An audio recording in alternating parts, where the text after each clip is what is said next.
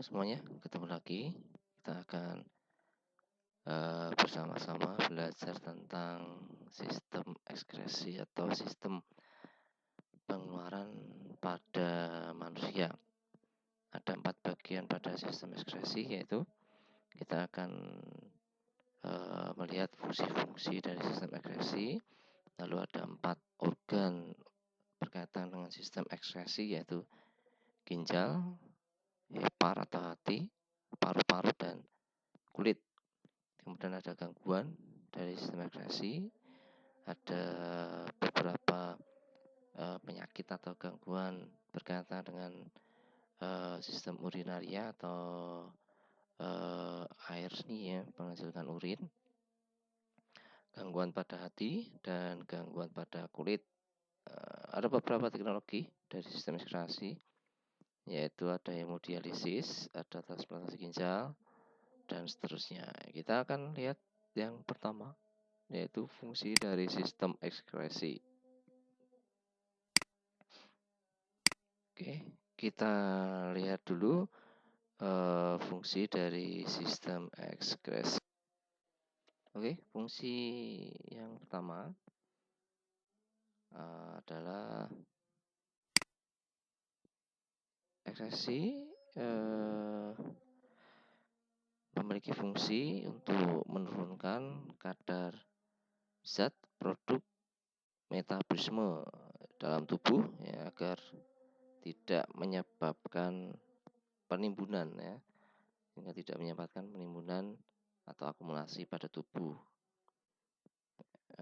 Hal ini perlu dilakukan supaya tidak menimbulkan zat racun yang berbahaya bagi tubuh. Oke. Lalu fungsi yang kedua itu adalah melindungi sel-sel tubuh ya. Dalam hal ini adalah dari zat racun ya. Jadi kalau terjadi penimbunan zat metabolisme, hasil metabolisme dalam tubuh itu sebenarnya kan adalah sampah gitu ya. Maka akan mengakibatkan racun yang nanti akan berbahaya bagi sel-sel tubuh. Maka itu harus dikeluarkan. Lalu menjaga keseimbangan cairan dalam tubuh ya. Supaya tubuh selalu dalam keadaan homeostatis ya, keadaan yang seimbang, keadaan yang dalam keadaan yang stabil ya, sehingga fungsi-fungsi tubuh akan bekerja secara optimal. Lalu fungsi yang terakhir itu adalah mempertahankan suhu tubuh supaya tetap dalam keadaan kondisi yang normal. Oke, itu fungsi-fungsi dari sistem ekskresi. Lalu kita akan lihat berkaitan dengan 4 organ dari sistem ekskresi. Ya, dari ada ginjal, hepar, paru-paru, dan kulit. Kita lihat dulu bagian yang pertama adalah ginjal ya. Seperti apa bagian dari ginjal?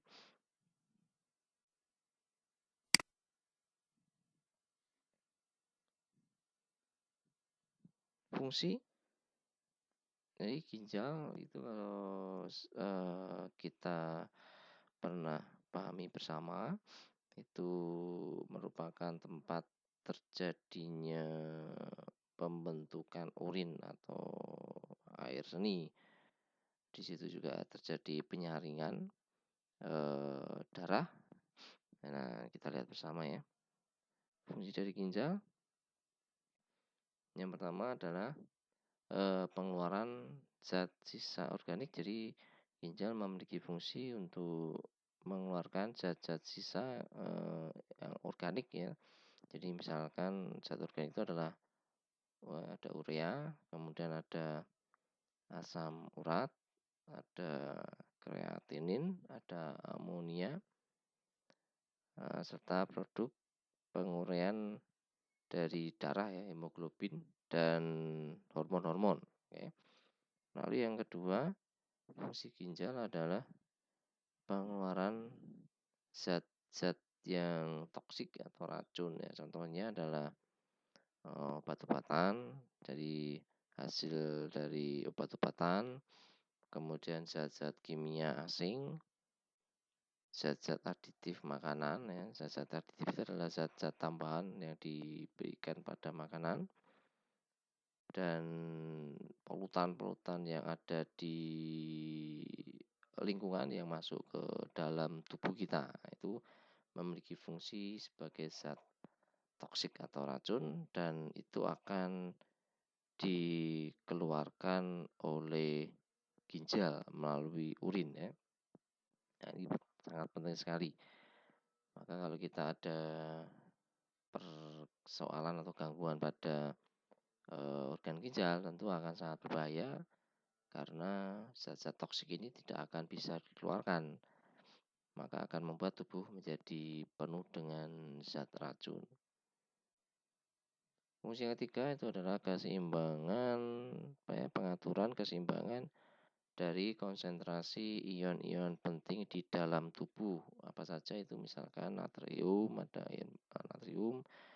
kalium, ya, kalsium, kemudian magnesium, ada asam sulfat dan sebagainya ya. Contohnya itu. Fungsi yang keempat itu adalah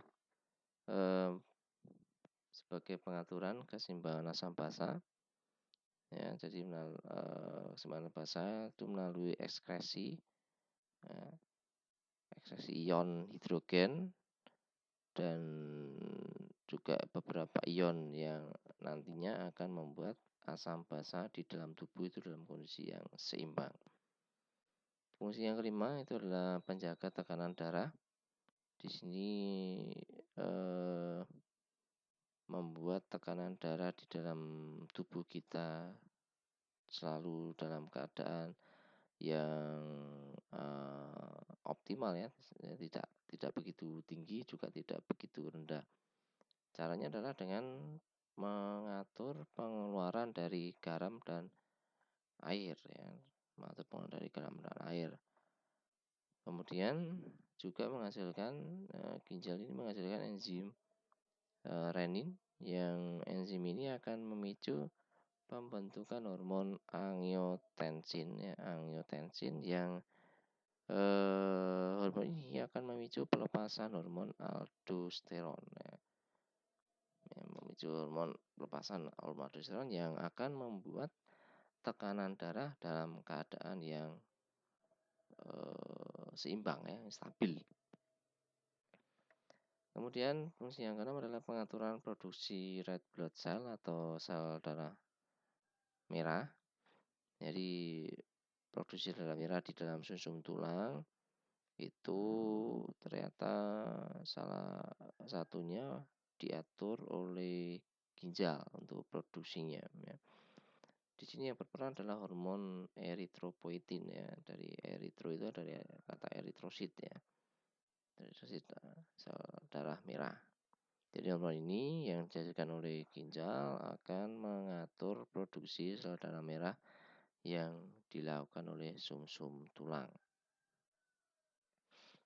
Kemudian fungsi yang berikutnya itu adalah pengendalian konsentrasi nutrisi darah ya, seperti glukosa dan asam amino. Jadi nutrisi dalam darah konsentrasinya dikendalikan oleh ginjal.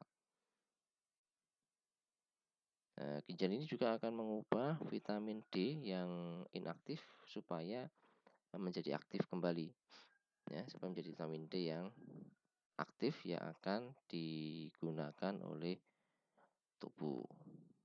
Kita akan melihat struktur ginjal itu bagaimana ya, kita lihat struktur ginjal melalui video berikutnya. Kita perhatikan bersama. Sekarang kita akan membahas mengenai anatomi dan fisiologi dari organ yang fungsinya sangat penting bagi tubuh, yaitu ginjal. Masing-masing ginjal mempunyai korteks renalis di bagian luar yang berwarna coklat gelap dan medula renalis di bagian dalam yang lebih terang. Medula renalis ini terdiri dari piramis medula renalis. Bagian korteks renalis yang masuk di antara piramis renalis disebut sebagai kolumna renalis. Di bagian medialnya, terdapat arteri dan vena renalis, yaitu pembuluh darah yang berjalan menuju dan keluar dari ginjal. Salah satu fungsi ginjal adalah sebagai organ ekskresi. Oleh karena itu, terdapat pelvis renalis yang merupakan pelebaran ke atas dari ureter. Pelvis renalis ini terbagi menjadi 2 atau 3 calyx renalis mayor, yang masing-masing lagi akan bercabang menjadi 2 atau 3 calyx renalis minor. Setiap calyx minor ini diinvaginasi oleh apex pyramidis yang disebut sebagai papilla renalis. Pada permukaan luar ginjal terdapat kapsula fibrosa yang melekat dengan erat pada permukaan luar ginjal. Di luar dari kapsula fibrosa terdapat kapsula adiposa, dan di luarnya lagi terdapat fascia renalis yang merupakan jaringan ikat yang meliputi ginjal serta glandula suprarenal atau kelenjar adrenal. Di luar dari fascia renal terdapat corpus adiposum pararenal, yaitu merupakan lemak yang membentuk sebagian dari lemak retroperitoneal.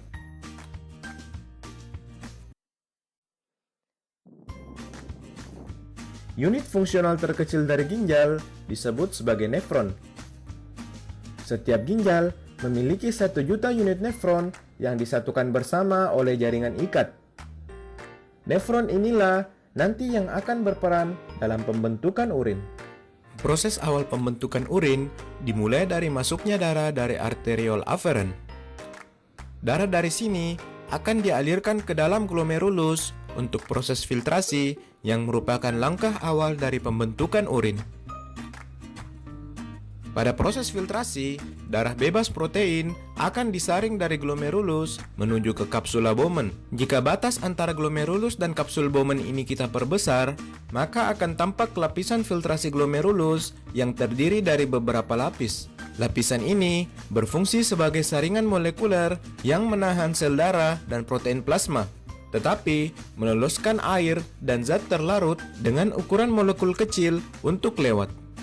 Lapisan pertama adalah endotel kapiler berfenestrasi yang merupakan dinding dari glomerulus. Dikatakan berfenestrasi, artinya sel endotel ini memiliki lubang yang permeabel terhadap H2O dan zat terlarut.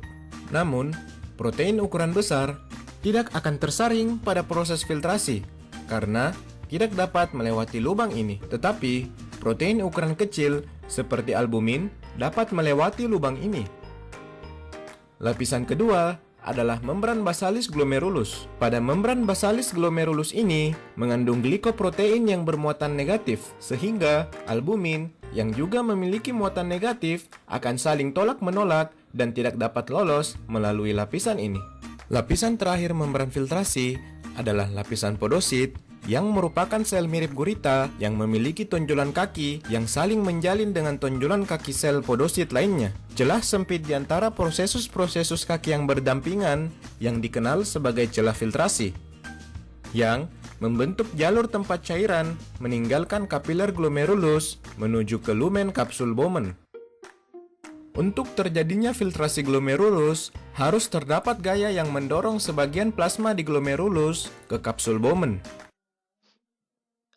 Oke.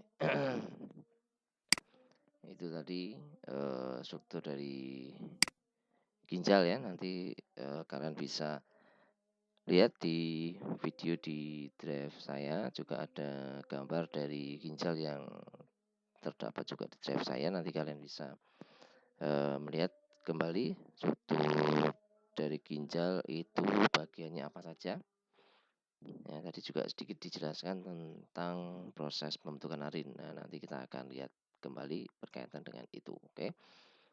Nah, tadi juga pada video ada sedikit proses yang sudah dijelaskan berkaitan dengan pembentukan urin yang itu terjadi di ginjal, khususnya di bagian nefron ya. Jadi di dalam ginjal terdapat nefron yang terdiri dari glomerulus, kemudian tadi ada kapsula Bowman, lalu ada lengkung Hendle, kemudian ada kapiler peritubular, ada tubulus contortus distal dan ductus collectivus. Nanti kita akan lihat bersama seperti apa pembentukan dari urin yang di situ terjadi proses penyaringan darah oleh ginjal ya, dan dia akan mengeluarkan zat-zat toksik yang ada di dalam darah untuk dikeluarkan dalam bentuk urin ya. Kita lihat bersama proses pembentukan dari urin.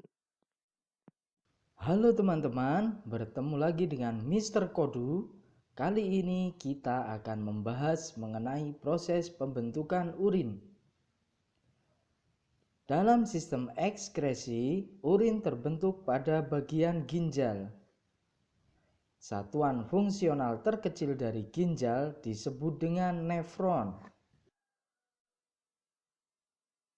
Proses pembentukan urin dimulai dengan tahap filtrasi. Filtrasi merupakan proses penyaringan darah pada bagian glomerulus. Hasil filtrasi ini disebut dengan urin primer. Tahap yang kedua adalah reabsorpsi.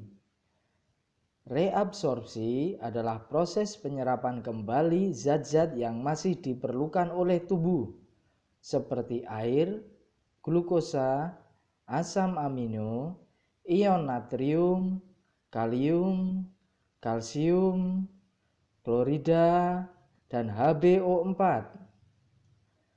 Reabsorpsi terjadi pada bagian tubulus contortus proximal dan lengkung Henle.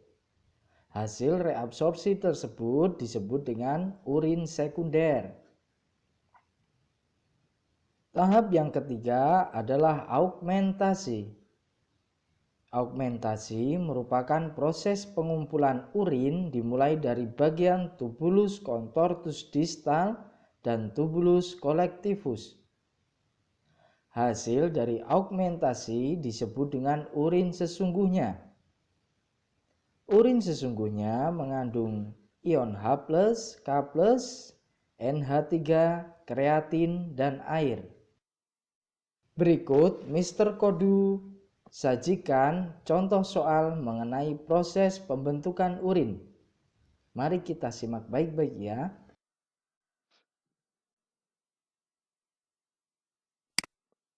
Oke, itu tadi proses pembentukan urin. Jadi ada 3 bagian besar berkaitan dengan proses pembentukan urin, yaitu ada proses filtrasi yang terjadi pada glomerulus, kemudian ada reabsorpsi yang terjadi pada tubulus dan juga lengkung Henle, lalu juga ada proses augmentasi yang menghasilkan urin yang sebenarnya yang nanti akan dikeluarkan oleh tubuh ya. Nah, jadi sudah kita lihat bersama, ada beberapa faktor yang mempengaruhi terbentuknya urin ya, ada 2 yaitu faktor internal dan faktor eksternal ya. Faktor internal itu ada beberapa yang mempengaruhi terbentuknya urin, yaitu hormon ADH, jadi antidiuretik hormon. Ya, ini hormon ADH, antidiuretik hormon. Hormon ADH ini dihasilkan oleh hipotalamus ya dalam otak. Bagaimana dari fungsi dari hormon ADH ini mempengaruhi terbentuknya urin, di mana jika air hilang secara berlebihan, bisa karena pengeluaran keringat atau terjadinya diare, itu akan menyebabkan peningkatan osmolaritas atau kepekatan dari darah. Jadi darah akan meningkat, dan dari tingkat kepekatan darah akan meningkat. Kepekatan darah yang naik ini akan meningkatkan sekresi ya, sekresi ADH, hormon ADH ke dalam darah. Nah, ini agak sedikit menarik ya. Tadi kita lihat sistem ekskresi. Apa bedanya ekskresi dan sekresi? Ya, silakan nanti kalian juga bisa melihat di drive saya ada perbedaan yang antara sekresi dan ekskresi. Nanti kalian bisa melihat yang secara garis besar, ekskresi itu adalah pengeluaran zat-zat yang tidak dibutuhkan tubuh, sedangkan sekresi adalah pengeluaran zat-zat yang masih dibutuhkan tubuh ya, salah satunya adalah hormon. Nah, sekresi ADH ini akan masuk ke dalam aliran darah yang akan meningkatkan reabsorpsi air yang tadi terjadi di dalam nefron di bagian tubulus contortus distal dan ductus collectivus ya. Jadi akan meningkatkan permeabilitas ya, terhadap air pada tubulus contortus distal dan ductus collectivus sehingga reabsorpsi air akan meningkat ya, menyebabkan kalau reabsorpsi air meningkat berarti jumlah urin bagaimana? Tentu saja jumlah urin akan semakin sedikit ya. Jadi kalau kita berkeringat banyak ya atau terjadi diare kita akan sedikit mengeluarkan urin ya. Jadi dalam kondisi berkeringat itu kan berarti kan kondisi lingkungan dalam suhu lingkungan yang panas ya. Kalau kita dalam kondisi panas itu kan kita akan banyak mengeluarkan urin. Kita akan banyak mengeluarkan keringat, sehingga kita akan sedikit mengeluarkan urin. Nah, dan urinnya akan cenderung pekat ya, cenderung pekat. Maka ini sebenarnya kita dalam kondisi yang dehidrasi ya. Nah, maka faktor ini ya, faktor di mana hormon ADH ini keluar dikarenakan kondisi yang tubuh kita banyak kehilangan air, maka kita akan dituntut untuk banyak minum ya. Jadi tubuh kita akan bereaksi membuat kita haus ya. Dalam kondisi dehidrasi itu kan kita akan haus dan kita akan banyak mengkonsumsi air minum. Jika kita melakukan itu ya, jika kita akan banyak mengkonsumsi air minum, maka sekresi ADH ini akan sedikit ya, sekresi ADH akan sedikit lalu menyebabkan reabsorpsi pada tubulus itu akan berkurang ya. Reabsorpsi air pada tubulus itu akan berkurang ya, tubulus contorsus distal dan collectivus itu akan berkurang. Jika reabsorpsi itu penyerapan ya, air itu berkurang, maka jumlah urin akan menjadi banyak dan lebih encer. Nah, ini oke. Ya. Itu faktor yang internal yang pertama. Lalu yang kedua itu adalah adanya hormon insulin yang dihasilkan oleh kelenjar pankreas ya.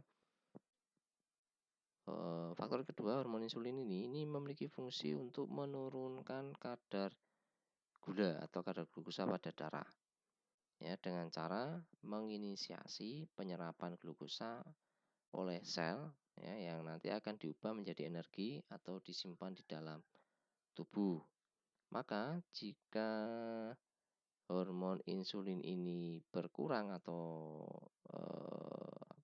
sedikit ya, atau bahkan tidak ada, maka kadar glukosa dalam darah itu tentu akan tinggi. Ya, maka reabsorpsi ya atau penyerapan glukosa itu akan terganggu.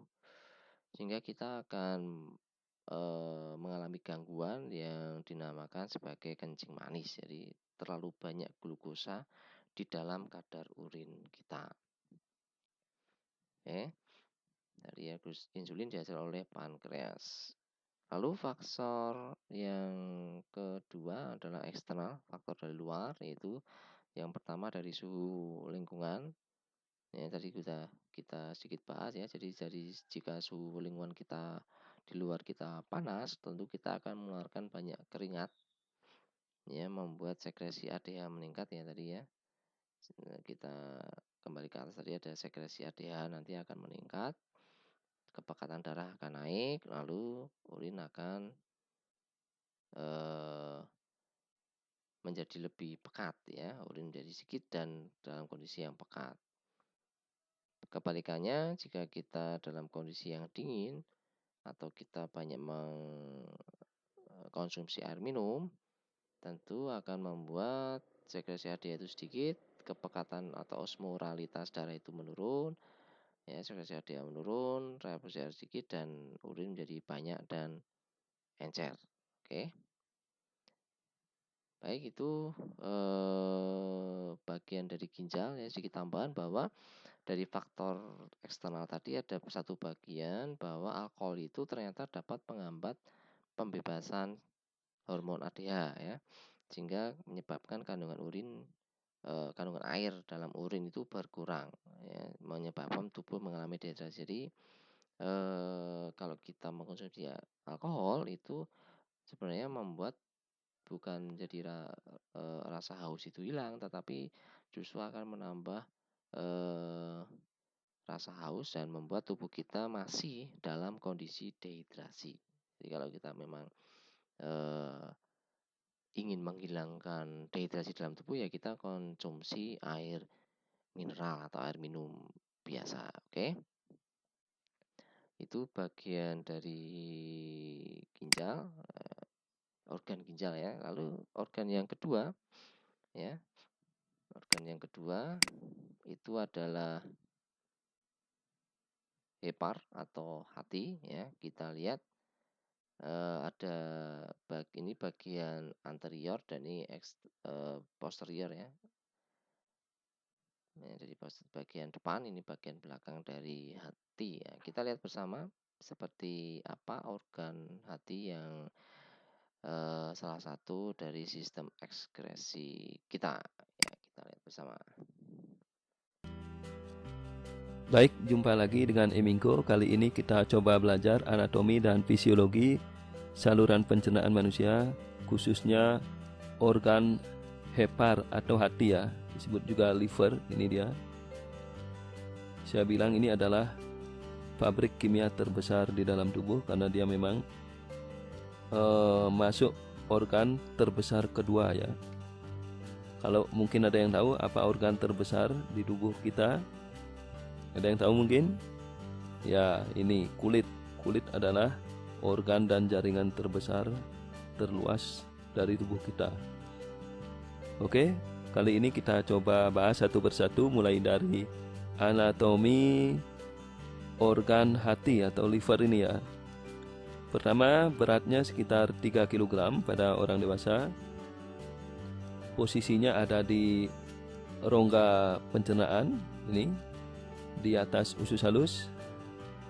Sebagian besar dari hati ini ada di bagian kanan dari tubuh kita. Ini dia, memanjang ke bagian kiri, ujungnya di bagian kiri. Kemudian posisi pastinya dia ada di bawah diafragma. Sebentar saya tampilkan diafragma. Nah, ini dia diafragma. Diafragma ini adalah jaringan otot polos, pembatas dari rongga dada yang berisi organ pernapasan dengan organ pencernaan ya, rongga perut di sini. Jadi diafragma ini fungsinya sebagai pembatas. Ini saya tampilkan aja langsung paru-paru di atasnya. Ini paru-paru. Kemudian di bawahnya ada diafragma sebagai pembatas ya. Ini dia penampakannya seperti ini.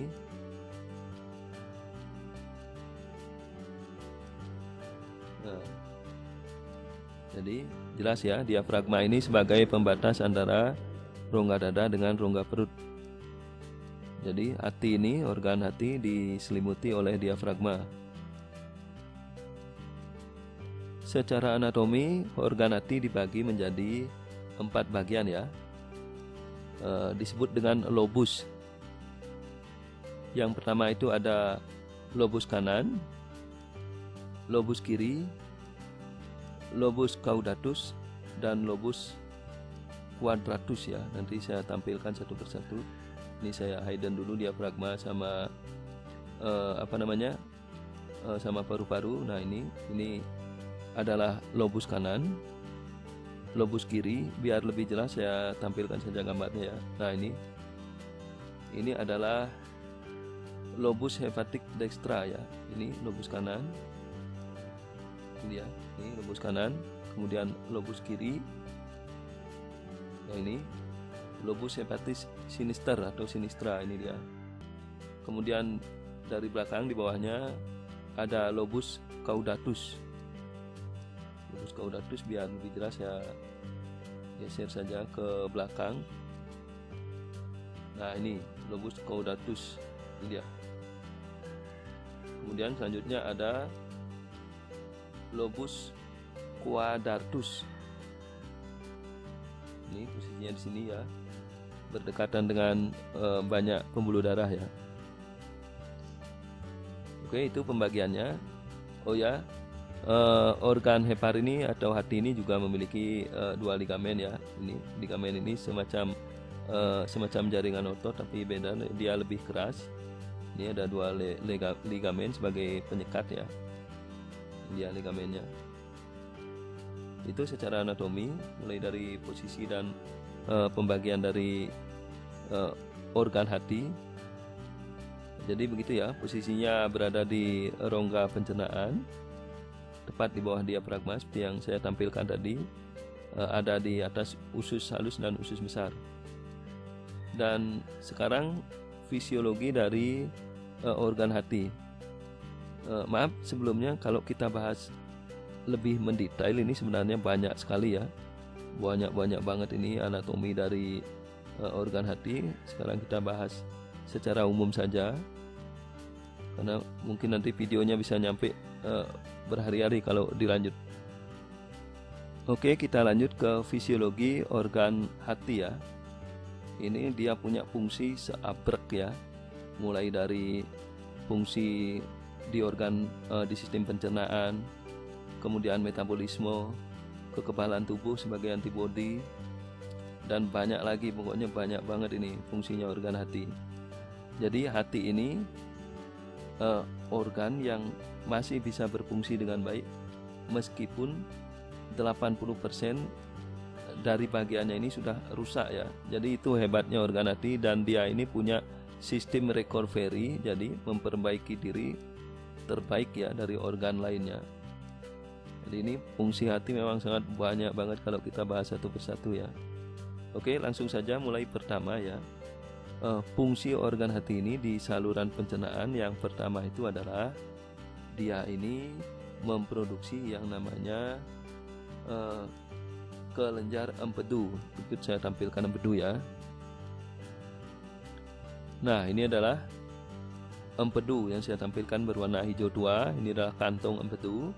Saya sembunyikan dulu usus halus biar bisa lebih jelas. Nah, ini dia empedu yang warna hijau tua, dari belakang baru nampak jelas ya. Nah, ini dia empedu, diproduksi oleh hati. Kalau di bahasa Indonesia disebut garam empedu. Nah, ini ada juga di sini nanti masuk beberapa zat seperti bilirubin, diproduksi oleh hati, warnanya hijau.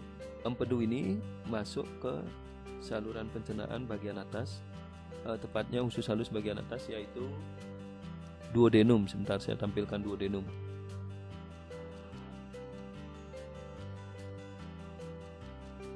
Nah, ini adalah duodenum, usus halus bagian atas. Jadi empedu ini memiliki fungsi utama untuk saluran pencernaan ya, pencernaan makanan.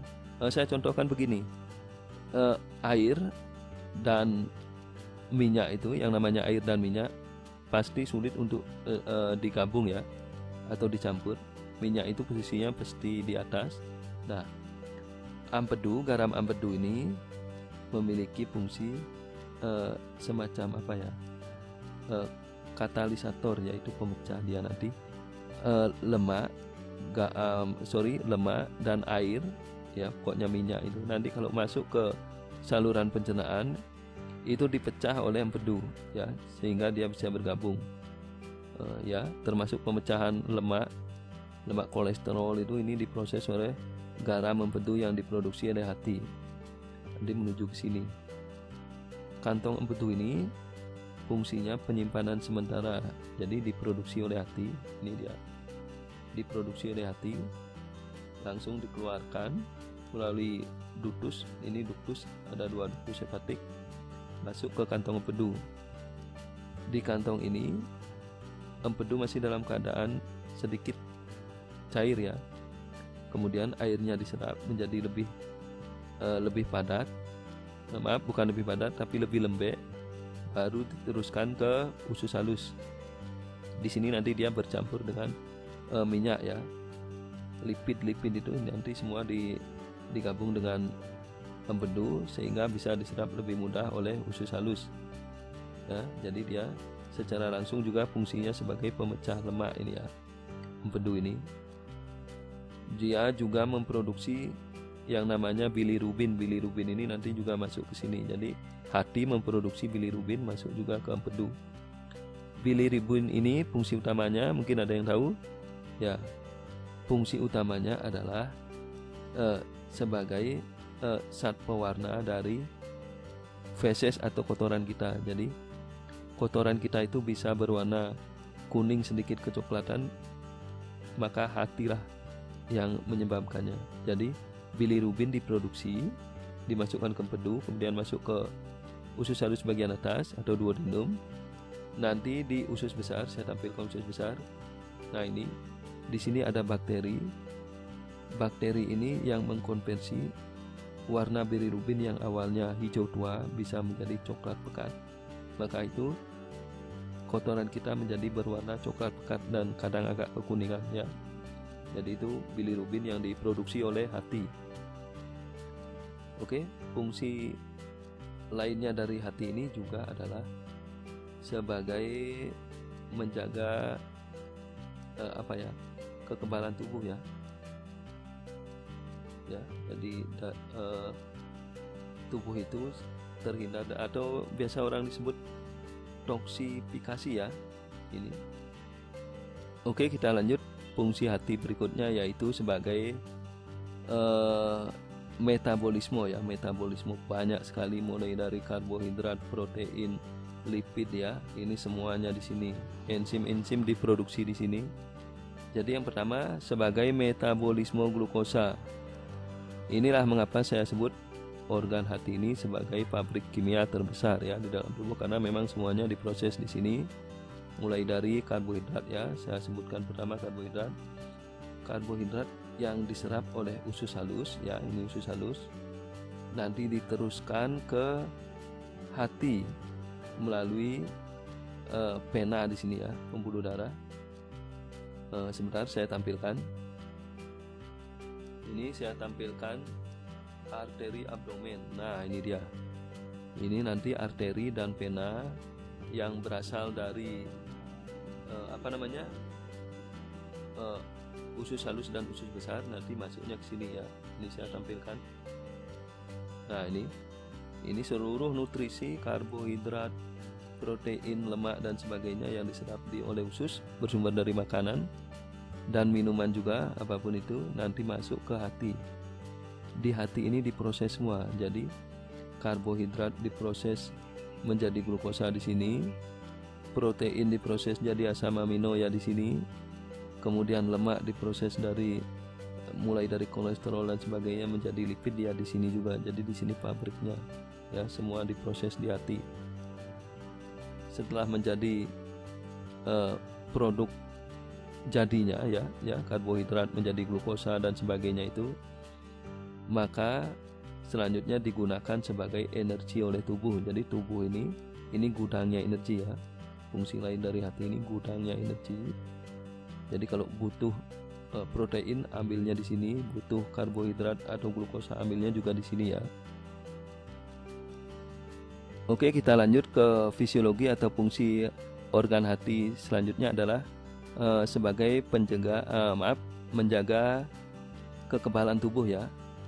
Jadi hati ini memiliki sel yang namanya kapler. Begitu nutrisi dan sebagainya yang diserap oleh usus halus maupun usus besar masuk ke dalam hati, itu kan isinya banyak banget, bukan cuma nutrisi, vitamin, air, dan enzim lain sebagainya. Tapi kadang ada bakteri, jamur maupun virus ya, karena kita tidak tahu makanan yang kita konsumsi apa aja. Apalagi sekarang banyak bahan pengawet dan sebagainya yang bisa merusak tubuh. Itu masuk ke hati. Di hati ini diproses di scanner istilahnya ya. Kalau di komputer itu di scanner. Jadi segala macam jenis antigen maupun zat yang bersifat patogen membahayakan tubuh itu di scanner di sini. kemudian dihancurkan oleh yang namanya sel Kaplan tadi ya, dihancurkan, diproses, kemudian sisanya itu dibuang. Nah, kadang dibuang itu dalam bentuk yang tadi ini ya, dalam bentuk ini apa namanya, empedu ini, kemudian dibuang lagi ke dalam pencernaan, kemudian masuk ke usus besar menjadi feses atau kotoran dibuang dari tubuh, atau masuk ke aliran darah nanti difilter lagi oleh ginjal ya. Jadi ini fungsinya vital sekali ini organ hati ini. Jadi hampir semua organ tubuh sangat bergantung dari hati, karena dia sebagai pabrik kimia, juga sebagai penyimpanan kebutuhan energi bagi tubuh, ini disimpan semua di sini ya. Jadi itu fungsi lain dari hati itu sebagai penjaga kekebalan tubuh atau antibodi dari seluruh tubuh manusia. Baik, itu anatomi dan fisiologi organ hati secara umum ya, karena detailnya sangat banyak banget. Ini detailnya sebenarnya kalau kita bahas, videonya mungkin baru habis besok ya, nanti dimarahi oleh YouTube upload video besar-besar ukurannya. Saya juga tidak punya kuota banyak-banyak.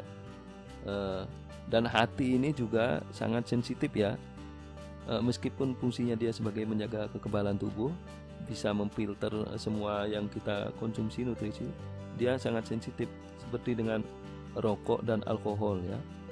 Jadi kalau alkoholik yang suka mabuk-mabuk, ini diserap oleh usus alkoholnya dalam jumlah tinggi, nanti dideteksi oleh hati, ini bisa membahayakan hati ya. Meskipun dia punya sistem recovery cukup baik, tapi alkohol itu sangat-sangat merusak organ hati ya. Jadi hati-hati, dijaga dengan baik. Begitu juga dengan rokok. Mungkin kita, sebagian besar dari kita itu berpikir rokok itu merusak paru ya, merusak paru, tapi sebenarnya yang berdampak besar juga itu adalah hati, karena nikotin itu nanti mempengaruhi kinerja dari saluran pencernaan ya, bukan cuma paru-paru atau jantung. Kalau dia terganggu, nanti produksi empedunya terganggu. Ini terganggu, menyebabkan sebagian besar itu nanti sembelit ya, paling ringan itu sembelit, atau bisa-bisa kanker pada hati ya, itu alkoholik. Jadi ya saya kasih informasi tambahan ini, organ hati ini bisa juga mengalami yang namanya sirosis atau pengerasan hati, biasa terjadi pada alkoholik ya. Selain karena infeksi oleh virus hepatitis ya, hepatitis A, B, C, dan D, juga bisa mengalami sirosis karena alkoholik ya, peminum, karena tingginya kadar alkohol di dalam hati. Jadi segitu dulu secara umum anatomi dan fisiologi organ hati yang masuk ke dalam saluran pencernaan manusia. Jika merasa video ini bermanfaat, silahkan klik tombol like, kemudian subscribe untuk lihat video berikutnya. Nanti kita coba bahas jaringan dan organ-organ lainnya.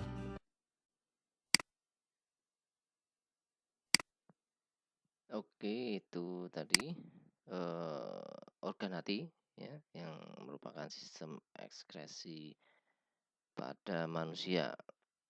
Kita bisa menyimpulkan betapa pentingnya ya organ hati bagi tubuh kita. Maka harus kita jaga baik-baik hati kita masing-masing, oke? Ya. Bagian berikutnya adalah paru-paru, yang ini sudah kita bahas banyak di sistem pernapasan, maka kita akan lihat sekilas saja tentang paru-paru.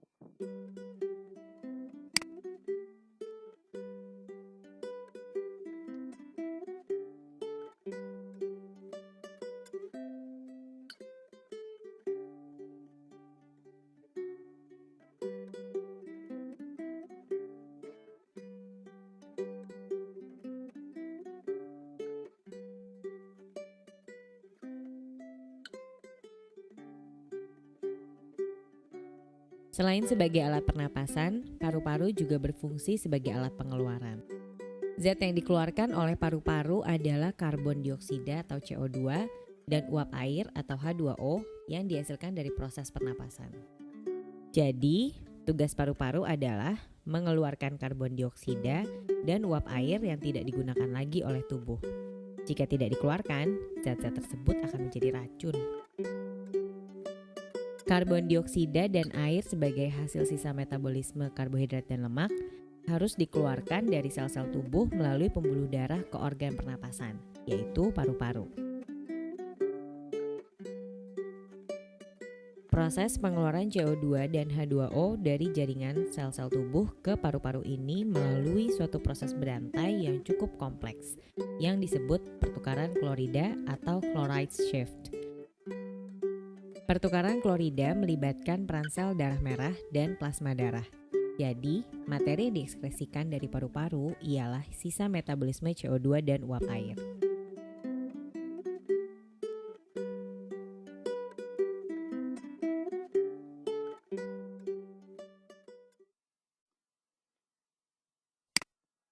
Oke, itu sekilas paru-paru ya, karena sudah kita bahas banyak di sistem pernapasan. Kenapa dia juga menjadi bagian organ sistem ekskresi? Karena paru-paru ini sangat berfungsi mengeluarkan zat ekskresi juga, yaitu CO2 dan H2O atau air ya.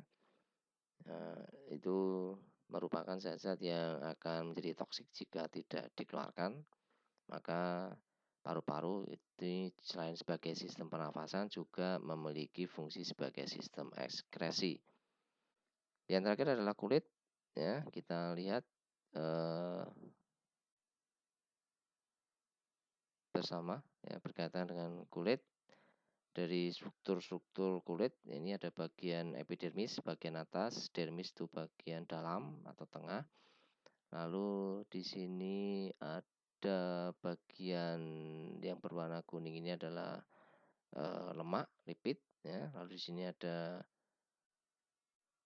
rambut ini ya, folikel rambut. Lalu ada kelenjar keringat dan ini ada pembuluh darah berwarna biru dan berwarna merah ini ya. Yang berwarna merah ini ada arteri, yang berwarna biru ini adalah vena ya. Oke, kita akan lihat bersama seperti apa struktur dari kulit. Nah, kalau tadi kan kita udah ngebahas tentang proses-proses yang berkaitan dengan sistem ekskresi. Sekarang kita bakal ngebahas tentang alat atau organ-organ yang terlibat dalam sistem ekskresi, oke? Jadi untuk organ-organ yang terlibat dalam sistem ekskresi ini yang pertama ada kulit. Nah, sekarang kita bahas nih ya dengan detail tentang kulit ini. Biar kita lebih ngerti sebenarnya untuk kulit ini kayak gimana sih, kita lihat gambar yang ini ya. Nah, jadi sebenarnya kulit itu secara garis besar cuman kebagi atas 3 lapisan aja. Yaitu yang paling permukaan, ini namanya adalah lapisan epidermis. Terus di tengah-tengah nih, di bawah lapisan epidermis, itu ada lapisan yang namanya lapisan dermis. Dan yang paling dalam, ini ada yang namanya lapisan hipodermis. Nah, si lapisan hipodermis ini biasanya disebut juga dengan istilah lapisan endodermis. Oke? Nah, si lapisan yang paling dalam ini, hipodermis atau endodermis ini nih banyak mengandung lemak. Dimana si lapisan hipodermis atau endodermis ini sebenarnya itu adalah jaringan ikat. Oke? Nah, sekarang kalau misalnya dia banyak menyimpan lemak, otomatis fungsinya bisa kita tebak ya. Kalau si lapisan hipodermis atau lapisan endodermis ini fungsinya memang adalah sebagai penyimpan cadangan makanan. Nah, sekarang si yang hipodermis atau endodermis udah nih. Terus gimana yang epidermis dan yang dermis? Nah, sebenarnya yang epidermis sama yang dermis ini lebih kompleks lagi. Cuma biar lebih jelas, kita lihat gambar yang berikut ini. Nah, di gambar yang ini nih lebih jelas kelihatan ya. Lapisan yang paling atas, yang ini, yang paling permukaan ini adalah lapisan epidermis. Sebenarnya kalau dilihat lebih detail lagi, dilihat di bawah mikroskop, lapisan epidermis tuh kelihatannya tuh kayak gini nih. Yang ini, oke. Nah, sekarang si lapisan epidermis itu terdiri atas lapisan apa lagi sih? Jadi si lapisan epidermis itu terdiri atas 5 bagian lagi. Yang paling permukaan, kalau di gambar ini yang warna kuning, dan si selnya itu besar-besar dan paling banyak, ini namanya adalah bagian stratum corneum. Terus yang kedua di bawahnya stratum corneum, ini sel-selnya lebih sedikit dan lebih pipih. Ini namanya adalah stratum lucidum. Oke. Nah, di bawahnya stratum lucidum, jumlahnya lebih dikit lagi nih. Di gambar nih yang warna selnya berwarna hijau. Ini namanya adalah stratum granulosum. Di bawahnya stratum granulosum yang warnanya biru, selnya gede-gede, punya inti, terus lebih bentuknya tuh ke bagian bawah kelihatan seperti memanjang gitu ya. Itu namanya adalah stratum spinosum. Nah, si stratum spinosum ini banyak juga yang menyebutnya dengan istilah stratum germinativum. Terus yang paling bawah atau yang paling dasar atau yang paling dalam, ini dia selnya bergranul nih, berbutir-butir. Dia ini disebut dengan istilah stratum basal. Oke. Nah, sekarang si stratum corneum sama stratum lucidum ini nih adalah bagian yang paling sering mengalami kematian si selnya dan paling sering berganti. Sementara itu, si stratum granulosum, ini di stratum granulosum yang hijau ini, di sini terdapat pigmen melanin yang memberi warna pada kulit. Oke. Sementara itu di stratum spinosum atau stratum germinativum, ini adalah bagian sel yang paling aktif membelah. Jadi tadi kan saya udah bilang kalau yang stratum corneum sama stratum lucidum itu dia tuh selnya cepat mengalami kematian dan cepat berganti. Nah, si sel barunya itu berasal dari stratum spinosum atau stratum germinativum ini. Karena dia ini adalah sel yang aktif membelah dan mengganti sel yang mati dengan sel yang baru. Oke? Itu yang epidermis. Terus di bawah lapisan epidermis, di tengah-tengah antara epidermis sama hipodermis tadi ada lapisan dermis, ya kan? Nah, di lapisan dermis ini pertama ada kelenjar keringat. Yang ini nih. Kelenjar keringat. Terus selain kelenjar keringat, di sini juga ada kelenjar minyak. Yang ini nih. Kelenjar minyak. Terus selain kelenjar keringat sama kelenjar minyak, di lapisan yang dermis ini juga ada yang ini nih. Ini apa coba? Ini tuh adalah syaraf. Oke? Dan di sini juga ada yang bagian yang warna hitam ini, hitam sama putih. Yang berupa saluran ini adalah pembuluh darah. Jadi di dermis itu ada 4 bagian penting, yaitu kelenjar minyak, kelenjar keringat, syaraf, dan pembuluh darah. Oke. Nah, kenapa kulit disebut sebagai alat ekskresi? Karena dia tuh punya kelenjar minyak dan punya kelenjar keringat, di mana kedua kelenjar ini fungsinya adalah mengeluarkan sisa-sisa zat metabolisme. Misalnya kayak yang kelenjar minyak, ini nih fungsinya dia mengeluarkan minyak untuk membuat lembab rambut. Oke. Nah, kayak gitu.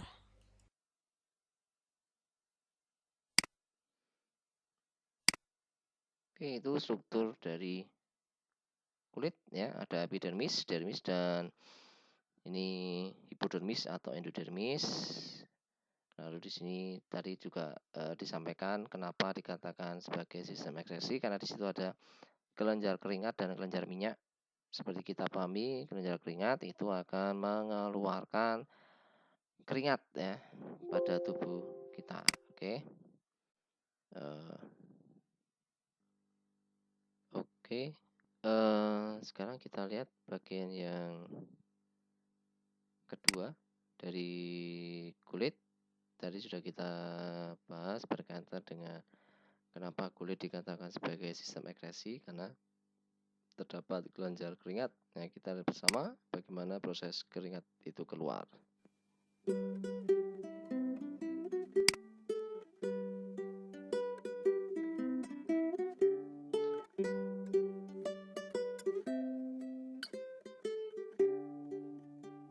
Kali ini Budi akan membahas tentang alat ekskresi kulit.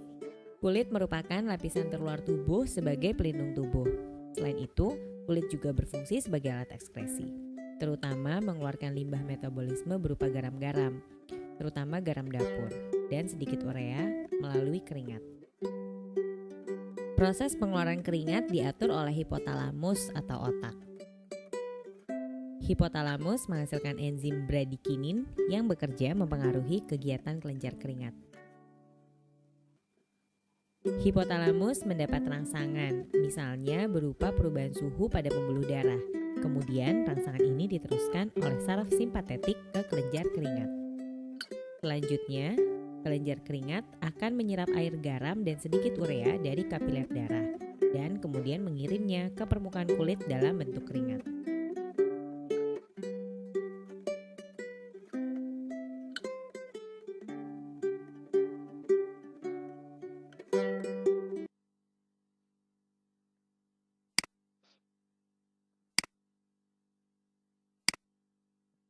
Oke, itu proses singkat dari pengaturan pengeluaran keringat di mana keringat kita akan diatur pengeluarannya melalui kelenjar keringat oleh hipotalamus ya di otak. Hipotalamus ini akan tadi dijelaskan menghasilkan satu enzim yang disebut enzim bradikinin yang memiliki fungsi sebagai pengaruh ya, mempengaruhi pelebaran pembuluh darah dan pelebaran kelenjar keringat.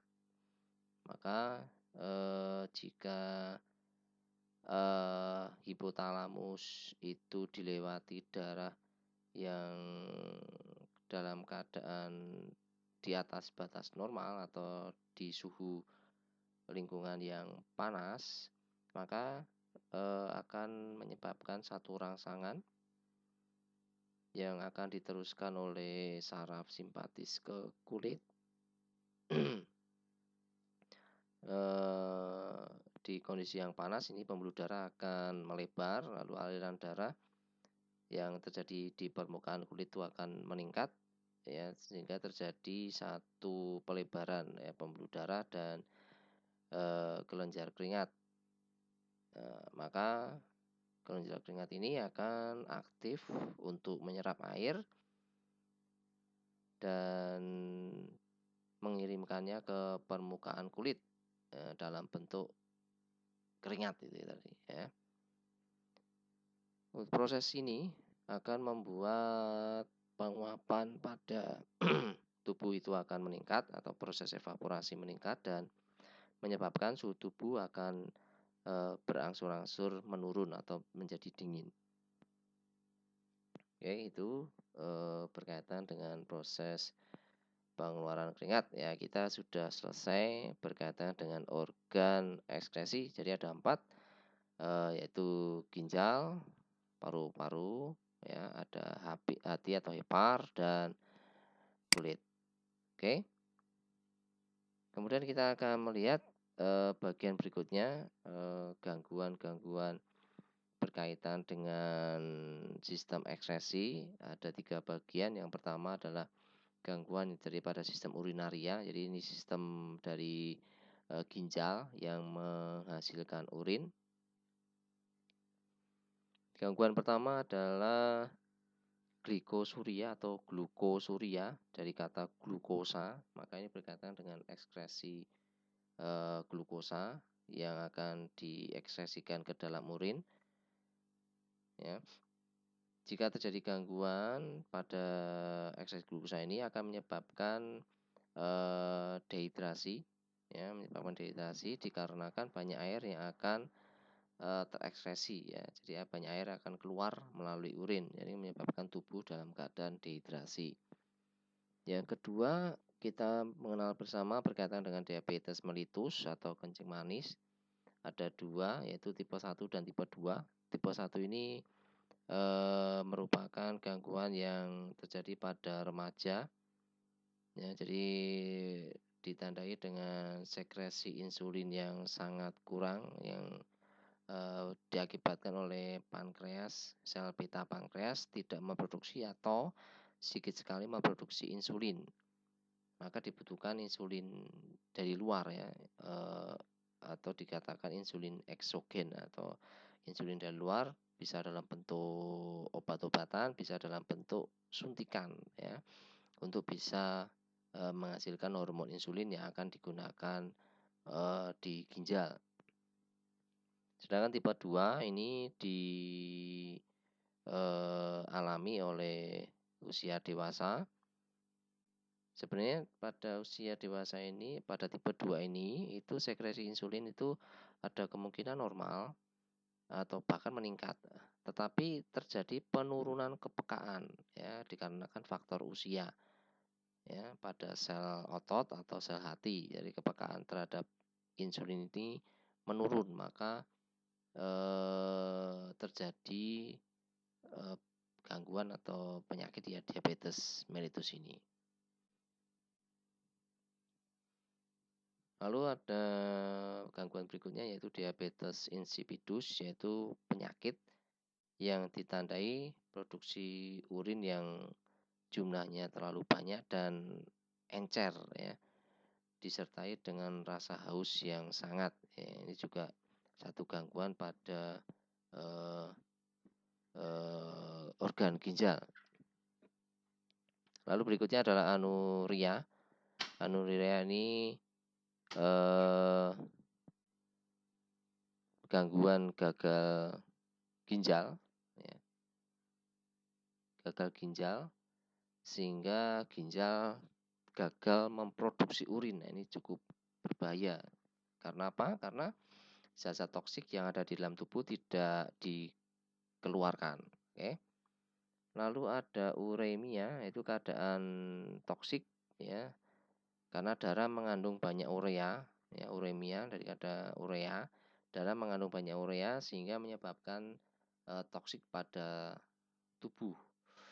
Jadi seperti gagal ginjal, karena tidak bisa memproduksi urin, maka ginjal juga gagal membuang urea yang akhirnya terakumulasi menyebabkan darah menjadi toksik ya. Lalu ada nefritis. Nefritis ini kondisi di mana terjadinya radang pada nefron ya.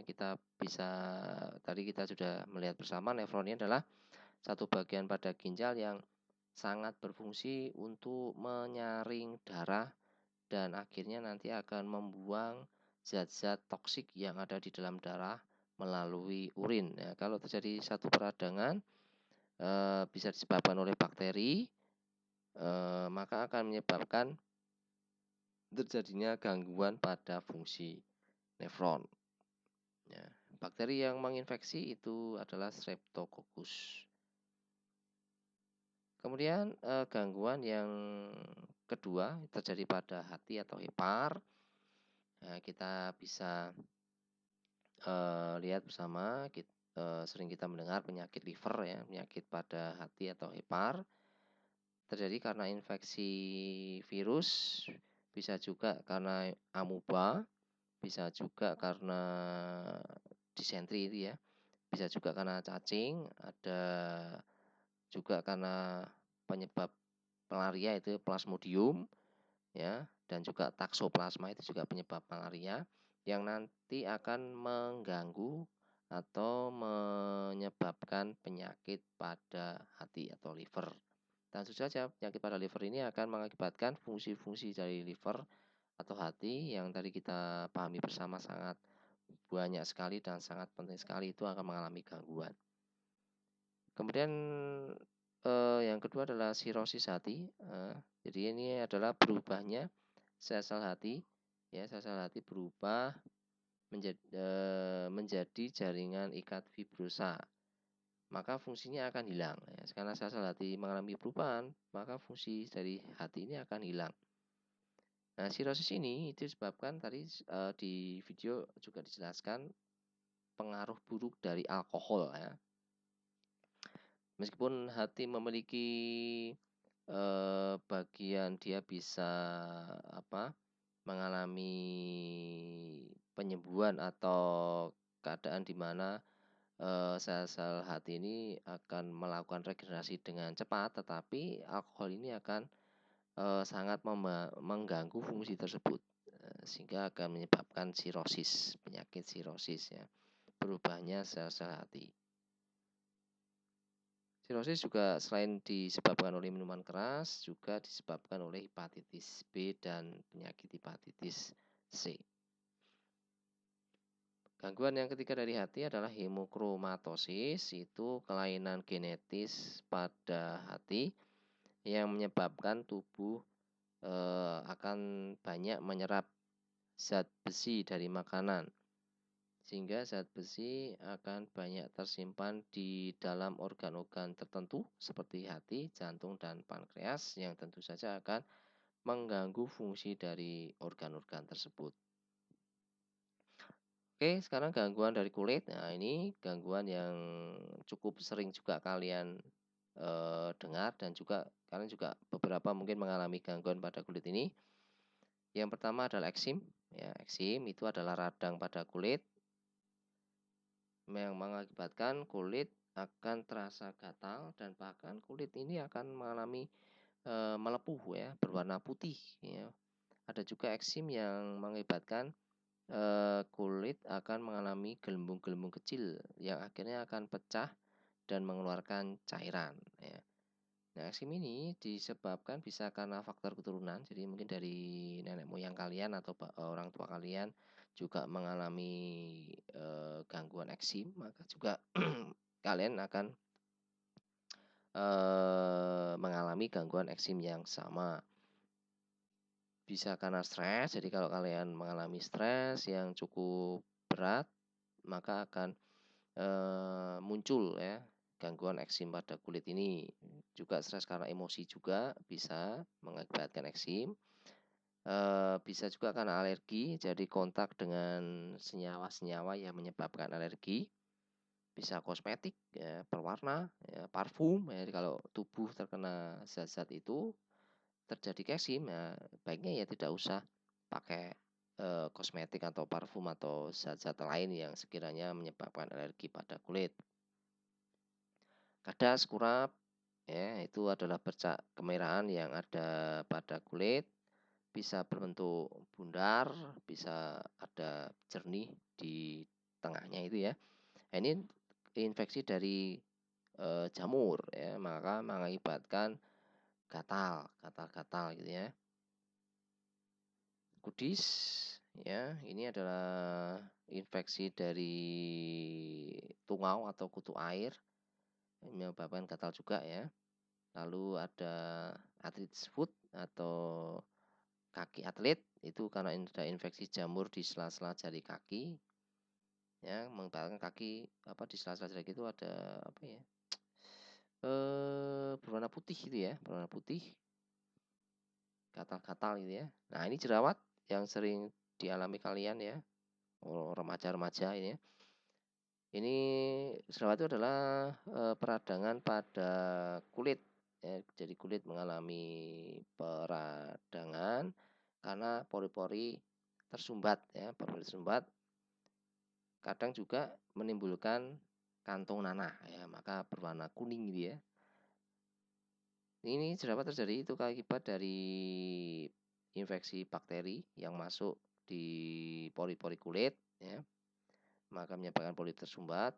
Lalu ada perubahan hormonal, jadi ini sebenarnya sebagai satu bagian yang wajar, karena semakin kita dewasa hormon kita semakin berubah, maka akan muncul jerawat ya. Bisa juga karena kotoran, jadi kalau kulit kita tidak dijaga kebersihannya, terkena debu di bagian wajah, atau mungkin kita berada di daerah yang kotor di bagian wajah ya, jerawat itu kebanyakan di bagian wajah. Kenapa? Karena kalau di bagian tubuh itu kan tertutup dengan baju ya, tertutup dengan penutup gitu ya, maka debu, kotoran, infeksi bakteri jarang sekali. Tetapi di bagian wajah itu kan tidak terlindung ya, maka sangat mudah kotoran itu menempel pada pori-pori kulit dan menyebabkan jerawat. Lalu ada kalvus, ada satu gangguan dinamakan kalvus, yaitu penyakit kalau kita biasa menyebutnya sebagai mata ikan ya. Ini disebabkan oleh virus atau bakteri yang masuk ke kulit, dan bisa juga karena gesekan secara terus-menerus sehingga bahasa kapalan ya bisa dikatakan bahasa lainnya adalah kapalan itu ya, mata ikan, menyebabkan mata ikan. Lalu ada vitiligo. Vitiligo ini gangguan pigmentasi pada kulit ya. Sehingga kulit ini, kalau tadi kita melihat struktur kulit, ada bagian namanya melanin. Melanin ini berfungsi untuk menentukan warna kulit kita. Nah, ini adalah pigmen warna pada kulit. Nah, vitiligo ini adalah gangguan yang mengakibatkan melanin itu kehilangan, hilang gitu ya. Jadi karena melanin hilang, maka warna kulit kita itu akan terganggu ya, kulit kehilangan melanin. Jadi pigmen warna pada kulit itu hilang, maka muncul bercak-bercak putih yang bisa semakin melebar pada kulit. Nah, oke. Nah, itu beberapa gangguan pada kulit. Nah, kita menginjak yang terakhir pada sistem ekspresi ya. Berkaitan dengan teknologi pada sistem ekspresi yang memiliki fungsi, tentu saja teknologi ini untuk mengantisipasi, mengatasi, menangani beberapa gangguan pada sistem ekskresi. Teknologi pertama adalah hemodialisis. Hemodialisis ini adalah cuci darah ya, kita memahami bersama sebagai cuci darah.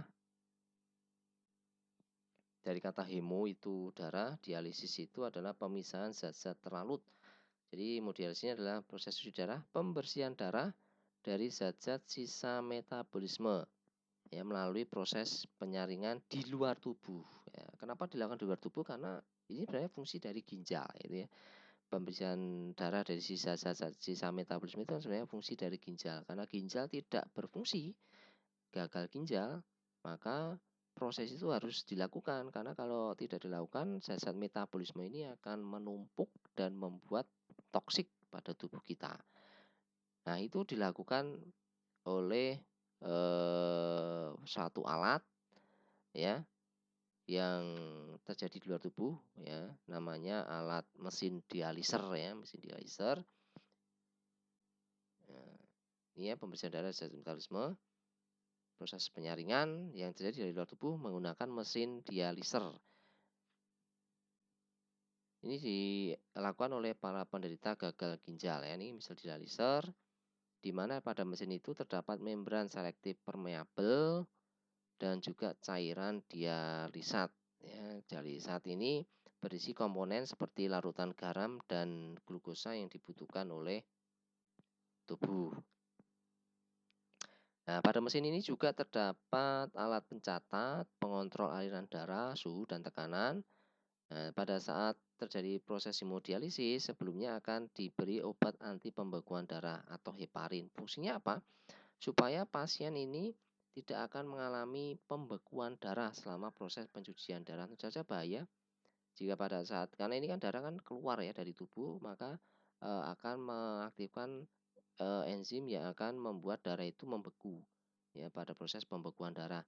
Nah, kalau itu terjadi maka otomatis akan membuat darah ini berhenti mengalir ya. Maka ini penting sekali obat anti pembekuan darah diberikan pada pasien yang akan melakukan cuci darah. Untuk hemodialisis, kalau kalian ingin melihat prosesnya seperti apa, sudah ada video dari hemodialisis yang ada di drive saya. Nanti silakan kalian bisa melihat sendiri ya, bagaimana proses hemodialisis itu terjadi. Lalu yang kedua, teknologi kedua adalah transplantasi ginjal. Tentu saja ini penting sekali berkaitan dengan ginjal yang tidak bisa berfungsi, maka harus diganti. Jadi ada dua cara, bisa dengan proses hemodialisis, yang ini proses yang sebenarnya tidak nyaman karena harus dilakukan di satu tempat, alatnya ada di luar tubuh, lalu waktunya bisa sampai 5 jam ya pada saat proses cuci darah itu. Nah, cara kedua yang lebih nyaman itu adalah dengan melakukan transplantasi ginjal. Kenapa lebih nyaman? Karena otomatis ginjal kita diganti dengan ginjal yang baru sehingga tidak perlu lagi melakukan proses cuci darah ya. Jadi tanpa ginjalnya adalah penggantian ginjal pasien dengan ginjal lain yang bisa berasal dari orang hidup atau orang yang sudah meninggal yang diambil ginjalnya. Ini menjadi pilihan terakhir ya, yang menderita gagal ginjal. Lalu ada ESWL itu apa? XLWL itu adalah extracorporeal shock wave lithotripsy. Maksudnya apa ini? Ini adalah penghancuran batu saluran kemih ya, atau batu ginjal ya, dengan menggunakan shock wave. Shock wave itu adalah gelombang kejut ya. Nah, shock wave itu adalah gelombang kejut. ESWL atau extracorporeal shockwave lithotripsy ini menggunakan gelombang ultrasonik yang akan menghasilkan gelombang kejut tadi yang nanti akan membuat batu ginjal yang awalnya besar akan terpecah menjadi lebih kecil dan akan keluar dengan sendirinya bersama dengan urin. Nah, kemudian ini ada teknologi skin grafting. Ini adalah teknologi untuk mengatasi gangguan pada kulit. Ini banyak dipakai pada orang-orang yang terkena luka bakar parah gitu ya. Ini skin grafting itu adalah cangkok kulit di mana kalau kita terkena luka bakar yang parah, kulit kita itu tidak akan pulih ya, tidak akan pulih karena kalau kulit kita terbakar itu akan merusak jaringan hingga jaringan paling dalam yaitu endodermis. Nah, itu akan mengganggu proses terbentuknya kulit. Kalau kita melihat struktur kulit yang sering berganti adalah epidermis ya. Kalau kulit kita sampai endodermis itu terluka atau rusak, maka tentu saja kulit kita juga tidak akan kembali seperti semula. Nah, supaya bisa kembali seperti semula, maka dilakukan cangkok kulit. Nah, jadi memindahkan sebagian atau seluruh ketebalan kulit. Biasanya yang diambil itu adalah kulit dari paha, pantat, punggung atau perut yang di situ banyak kelebihan kulit ya. Apalagi kalau orang-orang yang ada lemak banyak di situ, nah itu akan banyak kelebihan kulit yang itu akan diambil lalu akan dicangkokkan ke bagian kulit yang rusak karena luka bakar yang parah.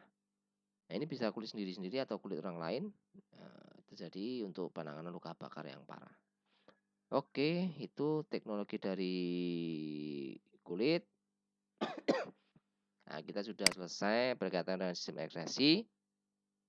Semoga cukup membantu kalian dalam belajar tentang sistem ekspresi. Kita sudah menyelesaikan satu bagian sistem. Nah, kita akan melanjutkan sistem dari tubuh yang lain di pertemuan berikutnya. Oke, tetap semangat belajar, tetap bahagia. Tuhan senantiasa memberkati kalian semua. Sampai jumpa.